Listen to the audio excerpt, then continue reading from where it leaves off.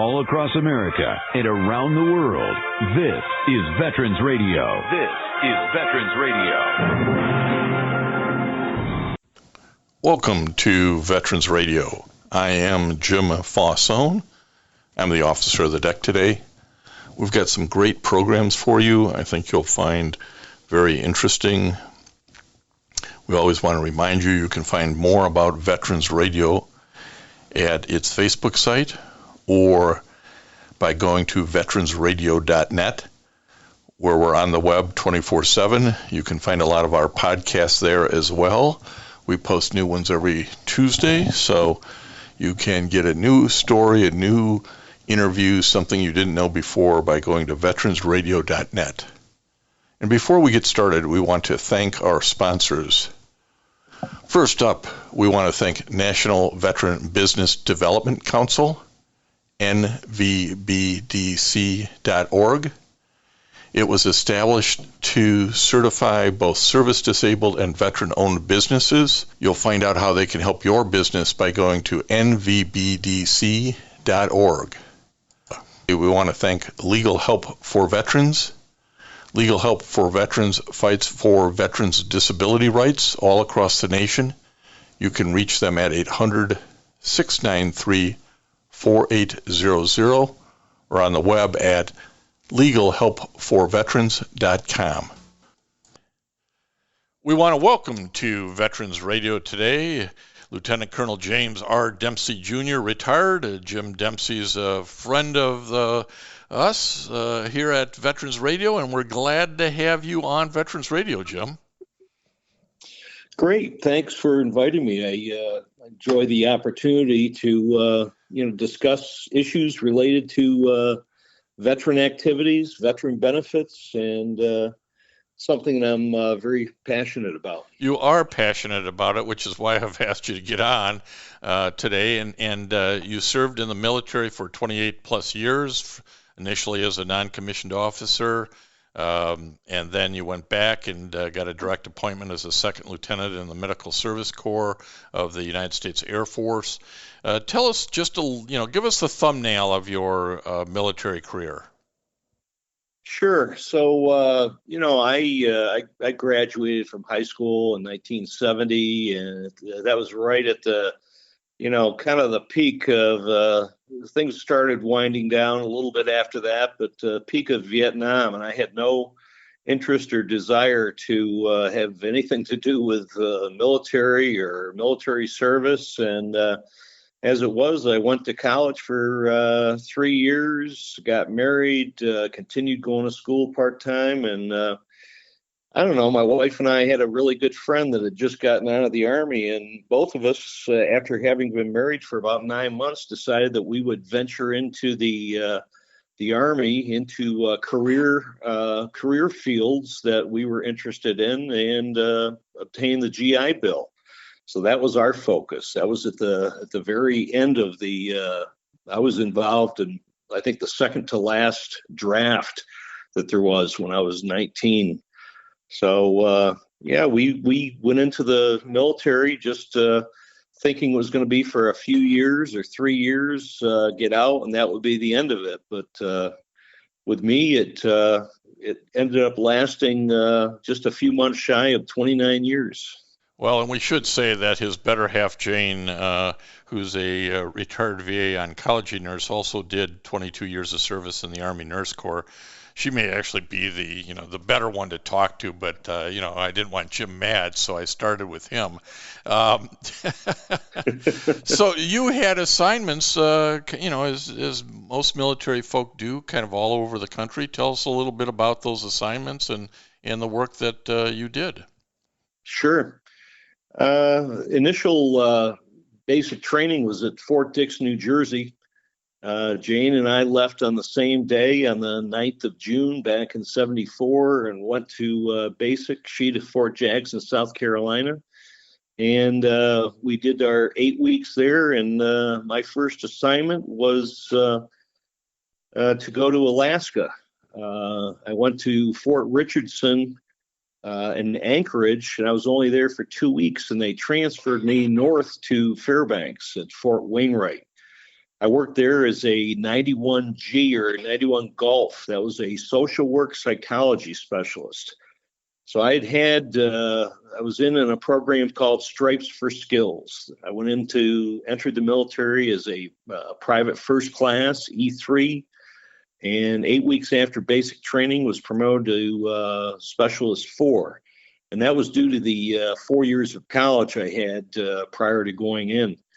So I was 2 years up in Alaska, 1 year at Fort Hood, Texas. In Alaska, I worked in a drug and alcohol treatment program, assisting veterans with substance abuse. And that was 2 years up there. A year at Fort Hood, I worked in the area confinement facility. And again, I was working as a social worker, as a liaison between the prison guards there and the service member that was incarcerated. So that was a year, and then returned back to finish my last year at college in Albany, New York.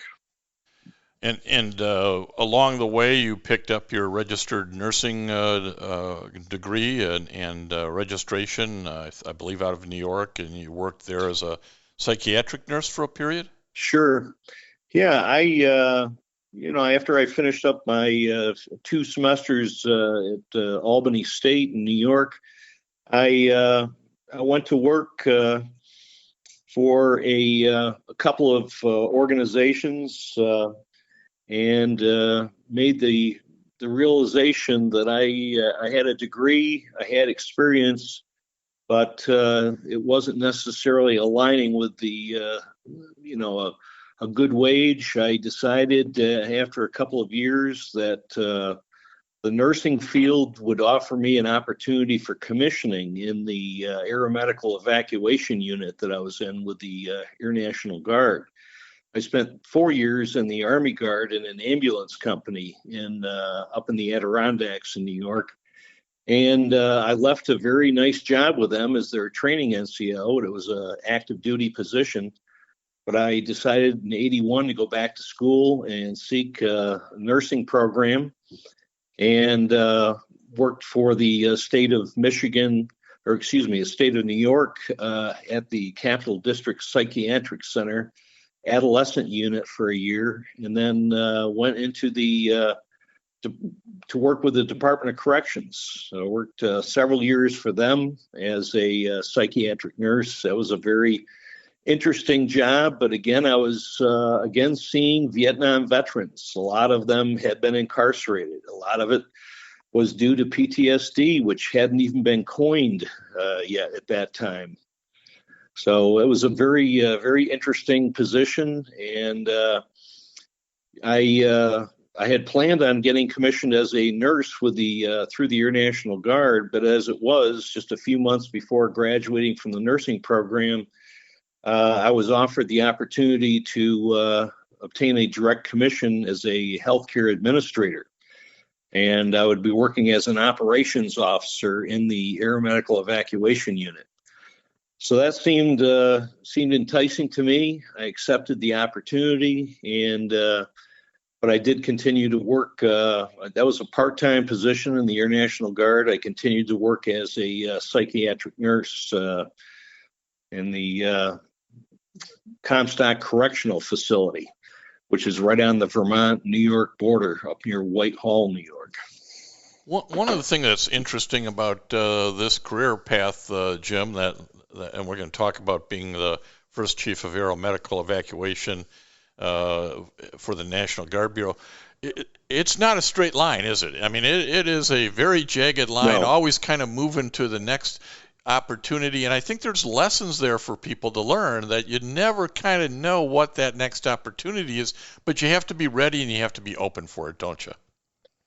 Absolutely. And I can thank, there are key people during my military career that I can thank. One gentleman who was a flight nurse, his name was Bud Boughton. And Bud was a nursing home administrator. He was a nurse. And as a second lieutenant, he took me under his wing, and he gave me some extremely good guidance about seeking opportunities, being prepared, being ready to do a good job and getting the training that was required, and being aggressive, but also being open and honest to seek opportunities. And he gave me a lot of good direction and guidance, and I really appreciated that at that time and for many years into my career. Well, as I said, you had those opportunities and you took them, not knowing where they'd lead next. Do a great job, and then the next thing presents itself. And as I mentioned, you were able to be the chief of aeromedical evacuation and do formal school training for the National Guard Bureau and that in D.C. And then that led to an appointment as the deputy director of the National Medical Readiness Training Site at Alpena, Michigan. Again, I'm sure that was an opportunity that wasn't on the radar until it was, and then it became a good opportunity. Well, and both of those positions were newly created positions. The position at the Guard Bureau, it was something that I happened to see an announcement during a guard drill, and I was a first lieutenant at that time. And I had had good opportunities previously on active duty. I talked to my wife about it. She says, let's go ahead and apply for it if you're interested. We had a great experience in Washington, D.C. in 3 years at Andrews. She worked as a nurse off base. Both of our two children went to school, elementary school on Andrews. And, we spent 3 years there, but then my son spent 13 years in D.C.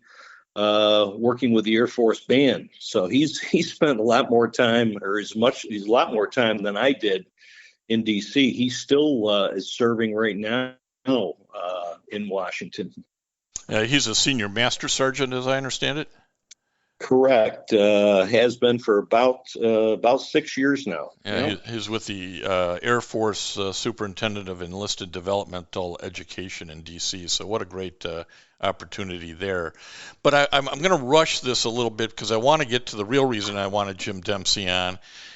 It's not as much about the military career as about, and I think this is true for most of us, it's about what you do after you get out to pay it back to other veterans and to the military. And Jim, you've been actively involved with a lot of different veteran-centric programs and projects. The one I want to focus on, and if we have time, I got a couple others I want to sneak in, but you've been very active with the DAV, the Disabled American Veterans. Tell us about your involvement with the DAV. Yeah, it really started, I did not join the DAV until a couple of years, I think maybe a year to year and a half after I retired from active duty in 2002. I went to work for the Ann Arbor VA Medical Center, and I actually, it was kind of an adjustment. I ended up accepting a job working as a ward clerk. It was a GS4 position. And it's quite a change after, managing 15 individuals and retiring as lieutenant colonel to jump back into a position like that. But I was told that that's the thing to do to get your foot in the door at the VA. I worked there for 3 years, and I saw an announcement for a veteran service officer for the DAV. And I decided to put in for that. Had no listing of, pay or benefits, which were nominal. I ended up actually getting my pay cut in half and took that position for the DAV to work as a service officer. And between 2010 and 2014, I wrote over 2,500 claims. I was the only full-time service officer at the Ann Arbor VA, and it was a passion that I had. With almost 29 years in the military, working mental health, working healthcare the entire time, and I had been a previous VA employee, I was poised at the right time, right place at the right time to assist thousands of veterans in obtaining, their health care benefits and pension, compensation, and a variety of other educational benefits for them. I felt really that was my biggest payback, was during that time. And I learned a lot by immersing myself and getting involved with the claims.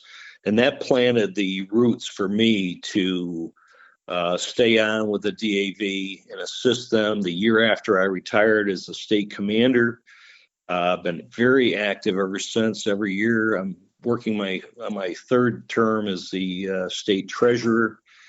I just last summer completed my sixth year serving on the National Executive Committee. And the main thing there is being the representative for Michigan and trying to be proactive on promoting DAV's policy goals.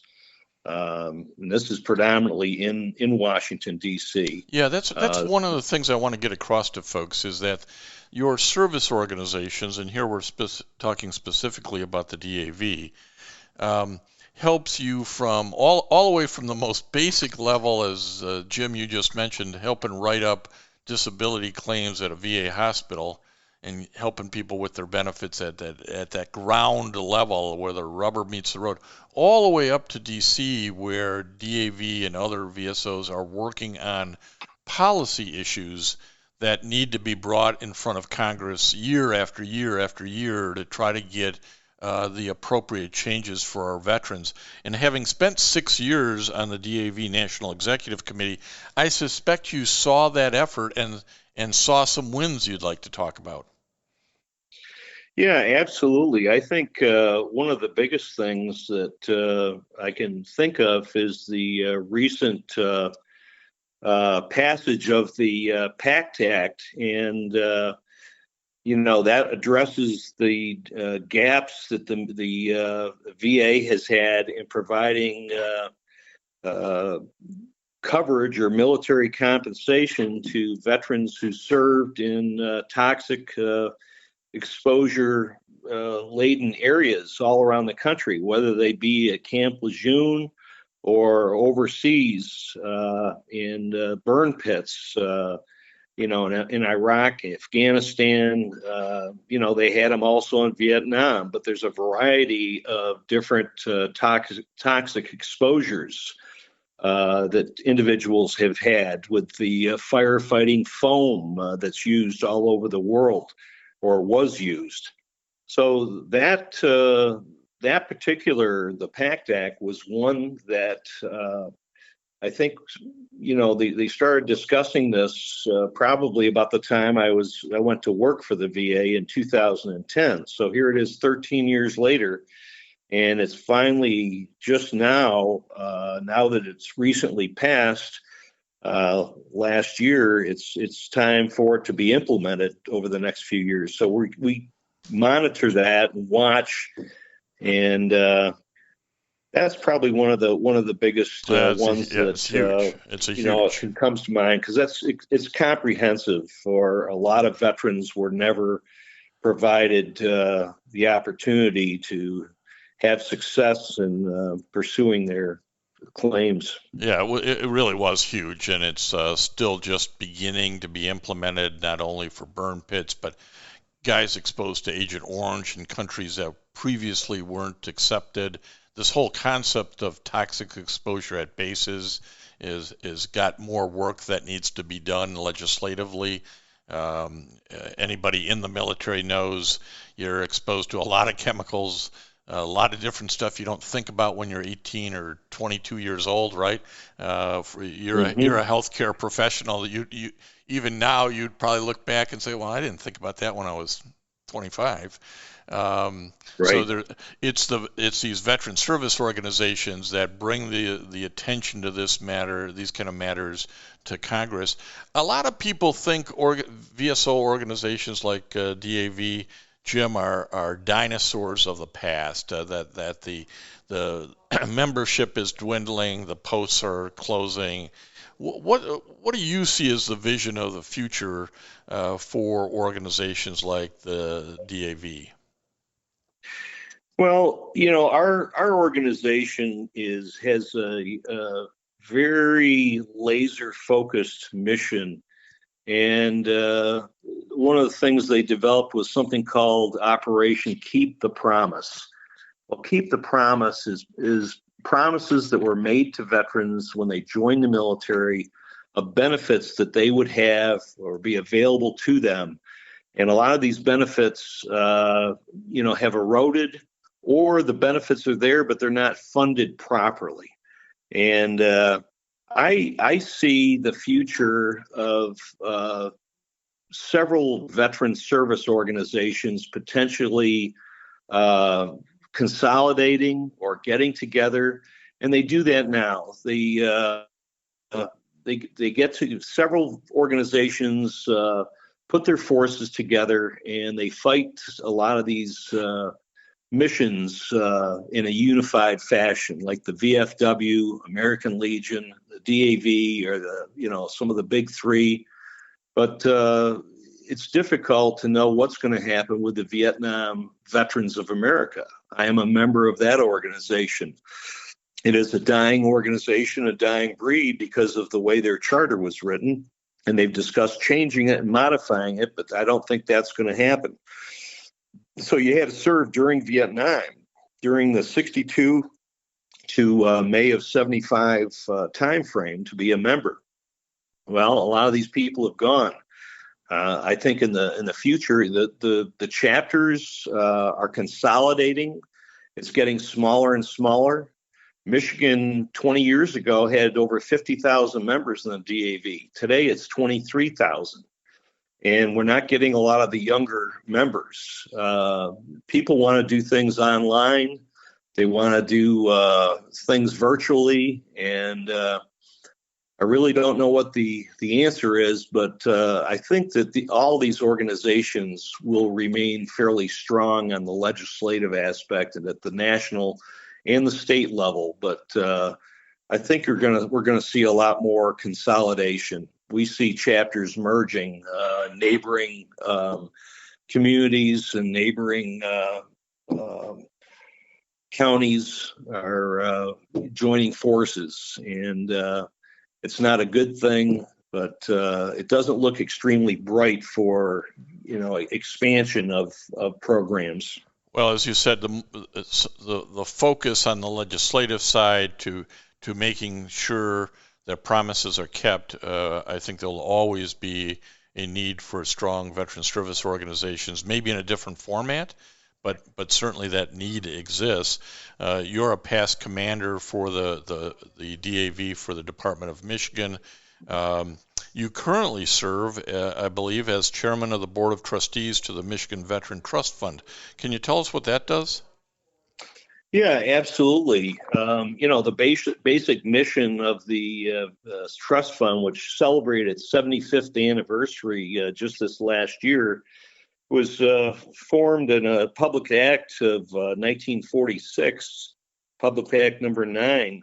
February 25th and 46, the state of Michigan established the Veterans Trust Fund and its Board of Trustees. And the main purpose of it is one of the primary purposes is to administer the emergency grant program for the Michigan's Veterans Trust Fund. So it provides financial grants to honorably discharge wartime era veterans and their dependents that have unforeseen short-term emergent needs. And I received a phone call today from Lindell Holm, who's the director of the trust fund, stating that the state is very interested in providing additional funds to us to expand this emergency grant program to peacetime veterans. So that would be the 1975 to 1990 people that serve only during that time, so that we can provide assistance to not just the wartime veterans, but to all veterans in the state of Michigan. Well, I think that's one of the frustrating things. The public certainly doesn't understand it, and I think it's frustrating to veterans when they've got to, well, am I really a veteran if I was just in the Guard or Reserve or just active duty, or what period of time did I serve? Do I overlap as a wartime or a peacetime or a veteran? There's a lot of nuances to the rules. So any expansion like the one you just mentioned, I think is good because those were promises made. Hey, when you signed up, you didn't know where you were going to get sent or what was going to happen. So that's a great role as chairman of the Board of Trustees for the Michigan Veterans Trust Fund, which I think is pretty robustly funded at this point. So there's a lot of opportunity to help and probably no shortage of need. There's one other thing I want to try to touch on before we run out of time, because I wanted to talk to Jim about this. Every ski season, I think, I got to talk to Jim Dempsey about this. And the ski season in Michigan can be pretty short. And if the weather doesn't cooperate, you don't get a lot of snow. We're not Colorado. So Jim is an avid skier as well as an avid golfer, but as an avid skier, you've been involved with adaptive sports and been involved in getting veterans on the ski slope. Tell us a little bit about that. Sure. Once I retired when I turned 62 there about 9 years ago, I was going to work right up until the early part of the spring when golf season started, but I decided that I would retire at the beginning of ski season around the 1st of December. I started skiing at Mount Brighton, and every once in a while I would see some individuals there that were either had partial paralysis or they had some significant health deficits that did not allow them to ski in a normal fashion. They have adaptive equipment for a lot of individuals that were missing a limb or an arm. And I talked to some of those folks, and they said, "Yeah, we're really looking for people who can assist us in teaching this." I said, "Well, I used to be a certified ski instructor in New York back in the 70s through the 90s. So I got involved as a volunteer and just finished up my 5th year with them. And it's an extremely rewarding program to be able to bring individuals and veterans, especially veterans, out to the ski slopes and give them an opportunity to share some fresh air and possibly a new sport, or even returning to a sport that they haven't done for a number of years. And the Michigan DAV provided a grant to the Mount Brighton Adaptive Ski Program for $8,000 this past year to purchase some specialty equipment for veterans to utilize. And we've served over 50 veterans in the last couple of years. They used to have an active veteran skiing program, and that disappeared when the ownership was changed over about 7 years ago. But it's something that's being resurrected, and we're, like you said, the weather has not been the best, and this was probably one of the worst winters we've had in a number of years. But fortunately, they have good snowmaking capabilities up there, so when there's no snow around, hopefully there might be a foot on the mountain. Well, it's a great thing to bring veterans back to, and I think almost every ski resort probably in the country has some adaptive skiing programs, and there are veteran-centric ones, and that's part of what Jim Dempsey has been involved in. As I say, every year I think I want to talk about this, but then I look up and the weather's kind of moved on. So I'm glad we can sneak this in at the end. Jim, I really appreciate the time that you've spent with Veterans Radio today to talk about the DAV, talk about your military career, and just kind of the ways in which, if you look around, there are a lot of opportunities to continue to serve the military and the veterans, and you've certainly taken hold of many of them. So thanks for doing that, and thanks for spending some time with us.